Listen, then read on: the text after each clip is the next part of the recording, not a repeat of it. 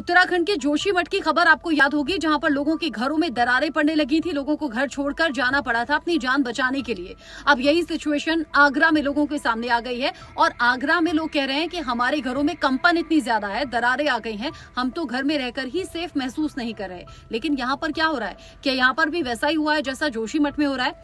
लोगों का आरोप यह है कि 50 से 60 साल हमारे पुराने घर हैं और मजबूत घर हैं, इसमें कोई कमी नहीं थी। लेकिन यहाँ पास में ही जो मेट्रो का काम चल रहा है, यानी कि मेट्रो में जो कंस्ट्रक्शन का काम चल रहा है, उसमें कंपन इतनी ज्यादा है, इतनी स्ट्रॉन्ग मशीनों का इस्तेमाल हो रहा है कि धरती कांपती हुई महसूस होती है। लोग कहते हैं कि घर में रखे हुए कूलर, पंखे, यहाँ तक कि किचन के बर्तन भी बजने लगते हैं और हमें बड़ी दहशत हो जाती है।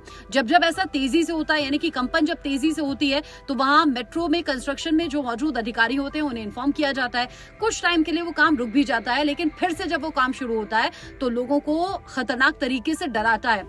अब अलग अलग जो पिक्चर्स हैं वो सोशल मीडिया पर वायरल हो रही है, जिसमें लोगों के घर, लोगों के खिड़की दरवाजे या जो पिलर्स हैं उसमें दरारें आ गई हैं, लोगों के घरों को नुकसान पहुंचा है। लोग कह रहे हैं कि जैसे तैसे अधिकारी आते हैं समझाने के लिए। कुछ टाइम ऐसा भी रहा कि जब कंस्ट्रक्शन पीक पर था तो लोगों को, जो स्थानीय लोग थे, उन्हें होटल में शिफ्ट कराया गया था सेफली, ताकि कोई हादसा ना हो। लेकिन फिर जब लोग अपने घरों में वापस आ रहे हैं तो इस दहशत को महसूस कर रहे हैं। लोग कह रहे हैं कि विकास के नाम पर आप मेट्रो ला तो रहे हैं, लेकिन जो लोग वहां पर पहले से बसे हुए हैं, कम से कम उनकी सेफ्टी सिक्योरिटी का ख्याल तो रखें।